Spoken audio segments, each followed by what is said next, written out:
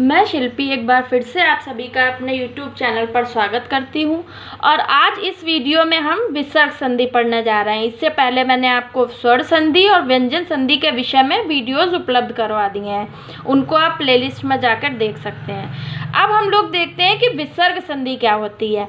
विसर्ग के साथ स्वर या व्यंजन के मेल से जो परिवर्तन होता है उसे कहते हैं विसर्ग संधि। विसर्ग के साथ यहाँ पर क्या हो रहा है, आपका विसर्ग के साथ व्यंजन आ गया है, तो स्वर या व्यंजन कुछ भी आ जाता है, उसके मेल से जो परिवर्तन होगा वो विसर्ग संधि कहलाता है।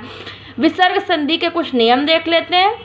विसर्ग से पहले कोई स्वर हो तथा विसर्ग के बाद च या छ होने पर उसका क्या हो जाता है, शा में परिवर्तन हो जाता है।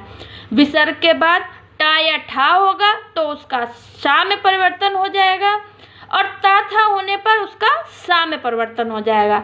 अब यहाँ इस नियम में 3 शर्तें बताई गई हैं। एक तो विसर्ग के बाद चा या छा होगा, चा या छा का शा हो जाएगा शलजम वाला, और टा या ठा होगा तो षटकोण वाला सा हो जाएगा। ता और था होने पर सपेरे वाला सा हो जाएगा। अब उदाहरण में देख लेते हैं कैसे होता है। निश्चल, यहाँ विसर्ग से पहले स्वर है इसलिए और विसर्ग के बाद में चा आ रहा है, तो यहाँ चा का क्या हो जाएगा, शलजम वाला शा हो जाएगा। चा या छ आएगा तो उसका शलजम वाले शा में परिवर्तन हो जाएगा। और निश्चल, विसर्ग के बाद ये आपका एक तो शर्त यहाँ चा की पूरी हो गई इसलिए शा हो गया, निश्चल हो गया। यहाँ ने विसर्ग से पहले स्वर है आपका छोटी ही और विसर्ग के बाद छा है, इसलिए यहाँ पर भी छा का क्या हो गया, शा में वो परिवर्तन हो गया। निठुर, अब दूसरा नियम कहा गया है कि ट या ठा होगा तो शा हो जाएगा षटकोण वाला, तो यहाँ विसर्ग से पहले स्वर है और उसके बाद ठा है, इसलिए यहाँ पर क्या हो जाएगा, यहाँ पर ठा का परिवर्तन षटकोण वाले शा में हो जाएगा, तो निष्ठुर बन जाएगा। मनः ताप, अब यहाँ पे तीसरी शर्त ये है, विसर्ग के बाद में ता आ रहा है तो ता का क्या हो जाता है, सा हो जाता है, इसलिए यहाँ मनस्ताप हो गया। विसर्ग हटके विसर्ग के स्थान पर क्या आ गया, सा आ गया आपका सपेरे वाला और मनस्ताप बन गया। अब देखते हैं और क्या नियम है विसर्ग संधि के। विसर्ग के बाद यदि शा, सा या सा हो तो विसर्ग का क्रमशः शा के स्थान पर शा, षटकोण वाले का सा और सपेरे वाले सा का सा में परिवर्तन हो जाता है। जैसे उदाहरण के माध्यम से देखते हैं। निसंदेह, निसंदेह में क्या हो रहा है, आपका सा आ गया है, तो इस सा को भी आधा सा में शा का सा में ही परिवर्तन हो जाता है, तो सा का जब शा में परिवर्तन होगा तो निस्संदेह बन जाएगा और आपका विसर्ग हट जाएगा।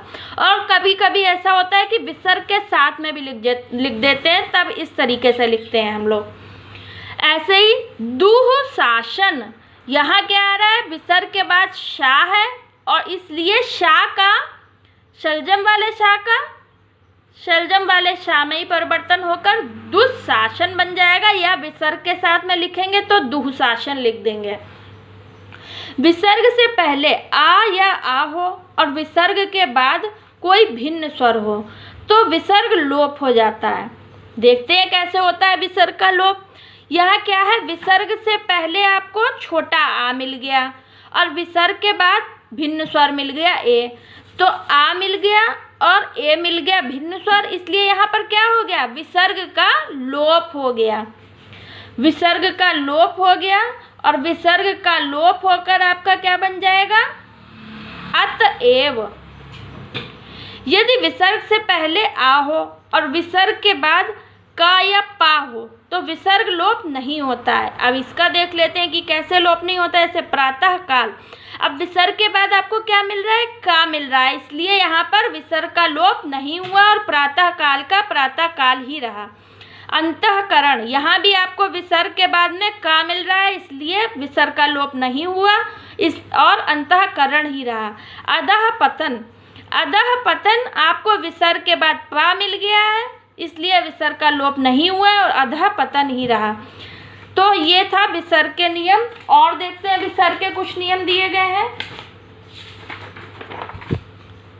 विसर्ग से पूर्व यदि आ हो और बाद में आ या किसी वर्ग का तीसरा, चौथा, पांचवा अथवा या, रा, ला व हा में से कोई भी वर्ण हो तो विसर्ग का ओ हो जाता है। अगर इस तरीके से आ रहा है तो विसर्ग का लोप हो जाएगा। कहा गया, अब वयः वृद्ध से देखते हैं। विसर्ग से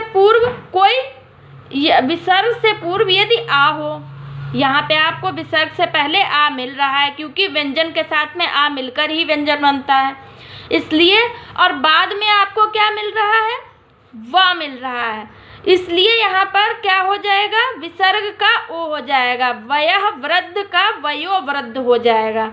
मनहर, यहाँ पे आपको विसर्ग के बाद हा मिल रहा है, विसर्ग के पहले स्वर है, इसलिए ओ में परिवर्तन होकर मनोहर हो जाएगा। यहाँ विसर्ग के बाद आपको रा मिल रहा है, इसलिए ओ परिवर्तन होकर विसर्ग का मनोरथ हो जाएगा।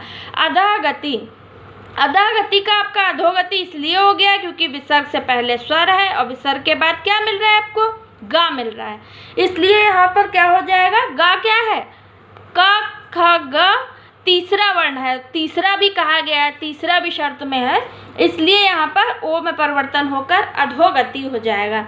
आप देखते हैं एक और नियम, यदि विसर्ग के पहले आ को छोड़कर कोई अन्य स्वर हो अथवा विसर्ग के बाद रा हो तो विसर्ग का लोप हो जाता है और उसके पहले का ह्रस्व स्वर जो है वो दीर्घ हो जाता है, जैसे कि नीरस। अब यहाँ क्या है, विसर्ग से पहले आपको आ को छोड़कर कोई अन्य स्वर मिले तो आपको आ को छोड़ के ई स्वर मिल रहा है और विसर्ग के बाद रा है, इसलिए क्या हो जाएगा, विसर्ग का लोप हो जाएगा और पहले का जो ह्रस्व स्वर था वो दीर्घ हो जाएगा। जैसे जो छोटी ई जो थी वो दीर्घ होकर नीरज हो गया और विसर्ग का लोप हो गया तो नीरस बन गया। इसी तरीके से यहाँ पर भी आपको छोटी ई मिल रही थी विसर्ग से पहले और बाद में रा मिल रहा था, इसलिए ये छोटी ई के बड़ी ई हो गया और नी बन गया, विसर्ग का लोप हो गया, नी रोग हो गया।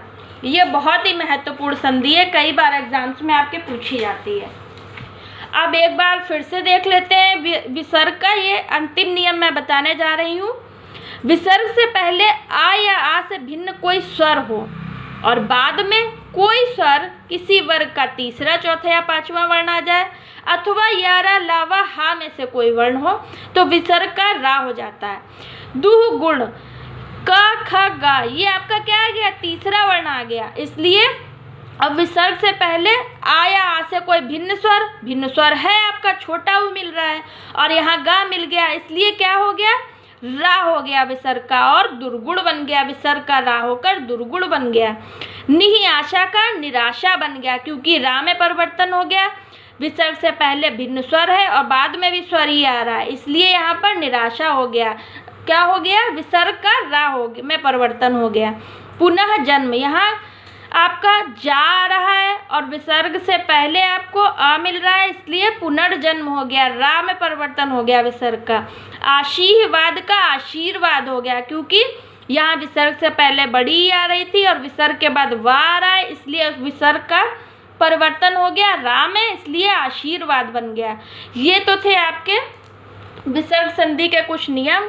मैं आशा करती हूँ कि आपको विसर्ग संधि समझ में आ गई होगी। यदि ना आई हो तो आप पूछ भी सकते हैं, आप कमेंट बॉक्स में जाकर मुझे मैसेज कीजिएगा। Thank you.